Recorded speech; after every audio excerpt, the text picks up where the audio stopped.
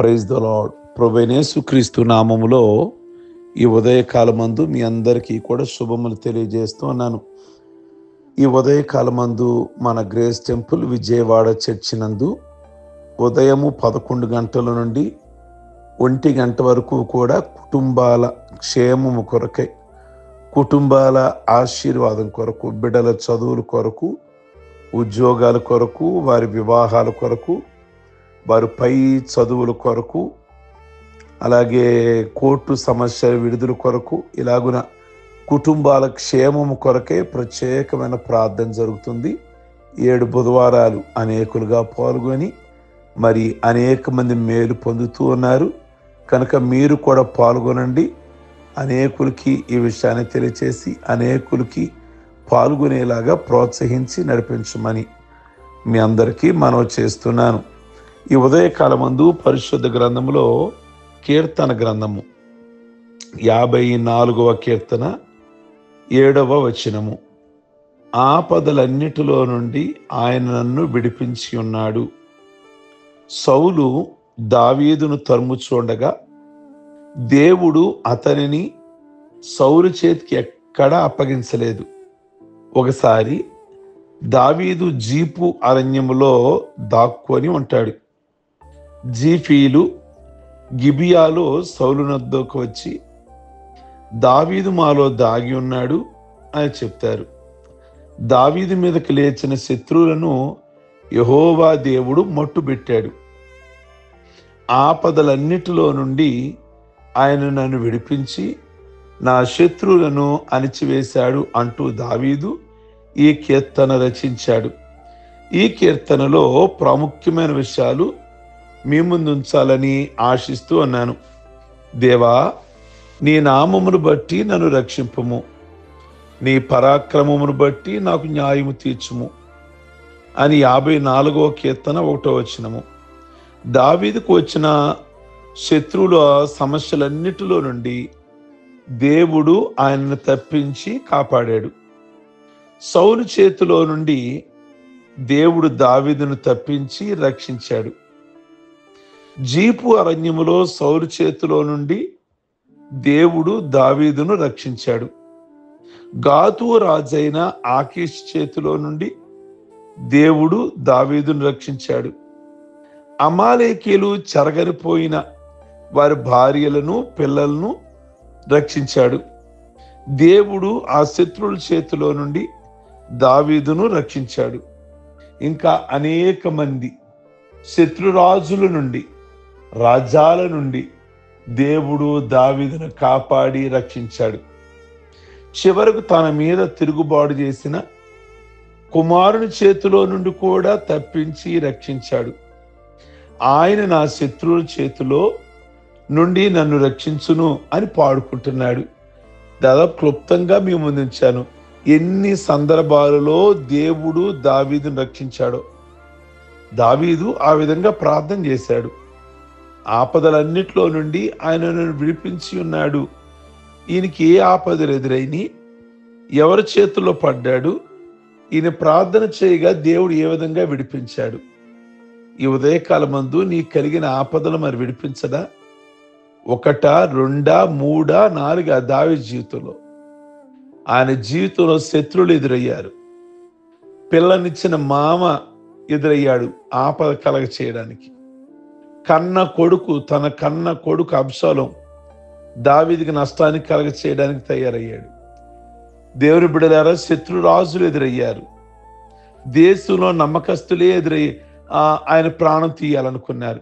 వారందరి చేతిలోని రక్షించిన దేవుడు ఈరోజు నీకు అయిన వారు కావచ్చు, బయట వారు కావచ్చు, నువ్వు నమ్మిన వారే కావచ్చు, ఒకప్పుడు నువ్వంటే ప్రాణం అన్నవారే కావచ్చు, నువ్వు లేనిదే ఉండలేమన్నవారే కావచ్చు. వాళ్ళు ఈరోజు నీ ప్రాణం తీయాలనుకుంటున్నారేమో, నిన్ను సమస్యలు పాలు చేయాలనుకుంటున్నారేమో. దావీదుకి అలాంటి సంఘటనలు ఎదురయ్యాయి. దావీదు కష్టకాలంలో ప్రార్థన చేశాడు. రక్తాపరాధుల చేతిలో నుండి నన్ను రక్షింపము అని ప్రార్థన చేశాడు. నీ కుడి చేత్తో నన్ను రక్షించి నాకు ఉత్తరమిమ్మన్నాడు. నా దేవా, నన్ను రక్షింపము, నా శత్రువులు దవడ ఎముక మీద కొట్టువాడు నీవే, దుష్టుల పళ్ళు విరగొట్టువాడు నీవే. ఆయనను నమ్మిన వారిని, ఆయనను వెంబడించిన వారిని, ఆయన మీద ఆనుకున్న వారిని ఆయన రక్షించే దేవుడు. రక్షింపనేరకొడినట్లు ఆయన హస్తము కురుచు కాలేదు. పాపులను రక్షించడానికి ఆయన ఈ లోకానికి వచ్చారు. నశించిన దానిని వెతికించడానికి ఆయన ఈ లోకానికి వచ్చారు. ఆయన పేరు యేసు అంటేనే రక్షకుడు అని అర్థము. ఆయన తన ప్రజల పాపముల నుండి రక్షించేవాడు. పేతురును నీటిలో మునిగిపోతుండగా ప్రభువా రక్షించని కేకలు పెట్టాడు. తక్షణమే ప్రభువు కనికరపడి తన చేతులు చాపి లేవనెత్తాడు. అందరినీ రక్షించిన దేవుడు, అందరి కొరకు తన ప్రాణాలు పెట్టిన ఆ యేసయ్య నాశనకరమైన తెగులు రాకుండా, ఏ అపాయము రాకుండా ఆయన నిన్ను రక్షించే దేవుడు. ఈ ఉదయకాలమందు నీ కలిగిన ఏ విధమైన ఆపద నిన్నేమీ చేయలేదు. సర్వశక్తి కలిగిన దేవుడు నీ పక్షాన ఉన్నాడు గనక. అదే కీర్తనలో మరొక మాట వ్రాస్తాడు దావీదు, 2వ వచనం. దేవా, నా ప్రార్థన ఆలకింపుము, నా నోటి మాటలు చెవిని పెట్టుము. నేను చాలా బాధలు వ్యక్తం చేసుకుంటున్నా, నోటితో ప్రార్థన చేస్తున్నాను. కాస్త నా ప్రార్థన మీద మీ చెవిని ఉంచండి అయ్యా. నువ్వు కన్నీరు విడిస్తే ఆయన ఊరుకుండే దేవుడు కాదు. నువ్వు కన్నీరు విడుస్తూ ఉంటే ఆయన నవ్వుకునే దేవుడు కాదు. నువ్వు ఆయన బిడ్డగా జీవిస్తున్నప్పుడు నీ బాధను ఆయన బాధగా తీసుకుంటాడు. నీ కన్నీటిని ఆయన కన్నీటిగా భావిస్తారు. ప్రియ దేవుని బిడ్డలారా, ఆయన నీ గురించి ఆలోచిస్తున్నాడు. ఏ విధమైన కష్టము నీకు రాకుండా ఉండాలని. నువ్వు మోరుగులతో చేసిన ప్రార్థన ఆయన వింటూ ఉన్నారు. నువ్వు హేళనకు గురైనప్పుడు ఆయన నిన్ను గమనిస్తూ ఉన్నారు. ఈ కీర్తనలో 2వదిగా దేవా, నా ప్రార్థన ఆలకింపుము అంటున్నాడు. దావీదు గొప్ప ప్రార్థనాపరుడు. ఉదయము, మధ్యాహ్నము, సాయంకాలము దేవునికి మొరపెడతాడు. 7 సార్లు దేవునికి కృతజ్ఞతాస్తుతులు చెల్లిస్తాడు. ఆయన నా ప్రాణములు ఆలకించును అంటున్నాడు. అంతేకాదు, దినమునకు 7 సార్లు దేవుని స్తుతిస్తాడు. 3 మారు ప్రార్థన చేస్తాడు. 7 మార్లు దేవుని స్తుతించాడు. ఇప్పుడు చాలా మంది పాటలు, ప్రసంగాలు, వరాలు, స్వరాలు ప్రదర్శిస్తున్నారు, కానీ ప్రార్థనా పరులుగా లెక్కించబడలేకపోతున్నారు.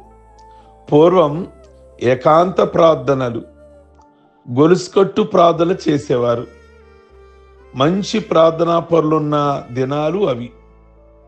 సువార్తికులు బోధిస్తూ పాటలు పాడిన, వాక్యం చెప్పిన, ప్రార్థన చేసిన ప్రజలు నేల మీద కన్నీటితో దొర్లేవారు. ఆ ప్రార్థనా పరులు లేని నేటి సంఘాలు పచ్చని ఆకురు తప్ప ఫలాలు కనిపించటం లేదు. ఒక దేశానికి రాజు అయ్యుండి 3 సార్లు ప్రార్థించి 7 సార్లు దేవుని స్తుతించుటకు ఆయనకు సహాయం ఎక్కడ దొరికింది, సమయం ఎక్కడ దొరికింది అని మనం ప్రశ్నించుకుంటే, ఆయన దేవునికి తప్ప తన జీవితంలో దేనికి ప్రాధాన్యత ఇవ్వలేదు.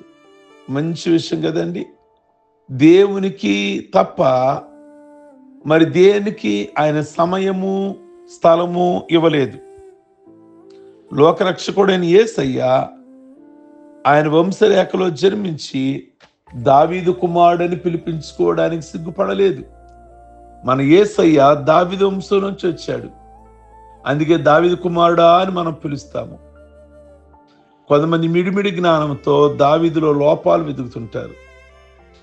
మానవ జన్మ ఎత్తిన ప్రతి మనిషిలో లోపాలు, బలహీనతలు ఉన్నాయి.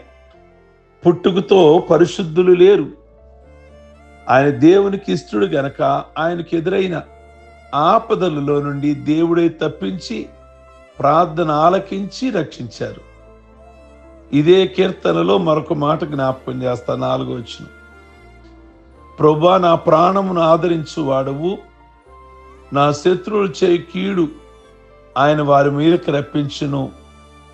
54వ కీర్తన 4వ వచనము. దావీదుకి నిధేయతముగా శత్రులైన వారు అనేకులున్నారు. దేవుడు వారు చేసే కీడు వారి మీదకే రప్పిస్తాడు అని దేవునికి అప్పగించుకున్నాడు. నా ప్రాణమునకు సేద తీర్చి నా శత్రువు ఎదుట నాకు భోజనం సిద్ధపరుస్తాడు. ఆయన నా ప్రాణమును దేవుని సన్నిధిలో సముదాయించుకుంటాడు, నిమ్మలపరుచుకుంటున్నాడు. ఆయన అంతరంగములో విచారములు అధికమైనప్పుడు ఆయన గొప్ప ఆదరణ, ఆయన ప్రాణమునకు నెమ్మది కలగజేసేవాడు ఆయనే. నీకెన్ని సమస్యలు ఎదురైనా అన్నిటిలో జయమిచ్చి నెమ్మదినిచ్చి జయజీవితం ఇచ్చేవాడు మన ప్రభు. శత్రువులంతా ఏకమైన దుష్టుల గుంపు ఎదురైనా దావీదును రక్షించి ఆయన ప్రార్థన ఆలకించి ఆయన ప్రాణమును ఆదరించిన దేవుడు నా దేవుడు. ఆయన నిన్న నేడు ఒకటే రీతిగా ఉన్నాడు. ఆయన మారని వాడు, మార్పు లేనివాడు. ఆయన మన పక్షమునుండగా మనకు విరోధి ఎవడు? ఈరోజు ప్రియ దేవుని బిడ్డలారా, దావీదు ప్రార్థిస్తున్నాడు, దేవా నీ నామమును బట్టి నన్ను రక్షింపుము, నీ పరాక్రమమును బట్టి నాకు న్యాయం తీర్చుము. కనుక నాకు అన్యాయం ఎవరైతే చేశారో నీవే జ్ఞాపకం చేసుకో అని ప్రార్థిస్తున్నాడు. ఈయన ఎక్కడ న్యాయానికి దిగల. ప్రియ దేవుని బిడ్డ, దేవుడే న్యాయం తీరుస్తాడు. నీకు న్యాయాధిపతి ఒక పేరుంది. ఈ విషయంలో జోక్యం చేసుకోండి. నా పక్షమున ఎదురాడే వారితో మీరే న్యాయం తీర్చండి అంటాడు. మరలేమన్నాడు అదే కీర్తన 2వ వచనంలో, దేవా నా ప్రార్థన ఆలకించు, నా నోటి మాటలు కాస్త చెవిని పెట్టండి. నేనేమైతే సమస్యల్లో ఉన్నానో, అనగా తనకు కలిగిన కష్టం, చేతులు అధికారం ఉంది, అధికారం ఉపయోగించుకోలేదు. కేవలం రాజయ్యుడు కూడా దేవుడి మీద ఆనుకొని నా ప్రార్థన ఆలకించండి. ఏం ప్రార్థన చేశాడో, కనుక నా నోటి మాటలు మీ చెవిని పెట్టండి అంటాడు. 3వదిగా 4వ వచనంలో, నా ప్రాణమును ఆదరించువాడు నా శత్రువులు చే కీడు ఆయన మీదకి రప్పించును. కనుక ఈ ఉదయకాలం ముందు నీ ప్రాణమును ఆదరించేవాడు, మీ శత్రువుల కీడును ఆయన చూచేవాడు. కనుక ప్రియ దేవుని బిడ్డలారా, సంపూర్ణంగా దేవుని మీద ఆనుకొని ప్రతిదీ దేవుని సన్నిధిలో ప్రార్థించండి. ప్రతిదీ దేవుని మీద ఆనుకోరండి. ప్రార్థించుకుందాం. సర్వశక్తి కలిగిన తండ్రి, ఈ బుధవారం ఎందరైతే రావడానికి సిద్ధపడుతున్నారో వారికి మార్గాలలో, ప్రయాణాలలో తోడుగోండి. బుధవారాలు అద్భుతకరంగా జరిగిస్తున్నారు, ప్రార్థనాపూర్వకంగా జరిగిస్తున్నారు. నాయన, మీ బిడ్డలందరినీ కూడా ఆత్మపూర్ణులుగా చేయమని ప్రార్థన చేస్తున్నాం. మీకు స్తోత్రాలు చెల్లిస్తున్నాం. అలాగే ముఖ్యంగా ఈ దినము పెళ్లి రోజులు, పుట్టినరోజులు, రక్షణ పొందిన రోజులు జ్ఞాపకం చేసుకుంటున్న బిడ్డలందరినీ దీవించి దైవాశీర్వాదాలతో నింపి మీ నామమునికే మహిమ తెచ్చుకోమని యేసు పరిశుద్ధ నామములో అడుగుచున్నాం తండ్రి, ఆమేన్. ఈ వర్తమానం మీకు దీవెనకరంగా ఉన్నట్లయితే మీ గ్రూపులో ఉన్న వారికి అందరికీ కూడా మీకు తెలిసిన వారికి పరిచయం చేయండి. ప్రభు మాటలు వినిపించండి. తదుపరి మరి లైక్ బటన్ నొక్కండి. ఎప్పటిలాగానే మీరు ఏ విధమైన మేలు పొందుకున్నారో అవి చాట్ బాక్స్లో తెలియచేయండి. God bless you.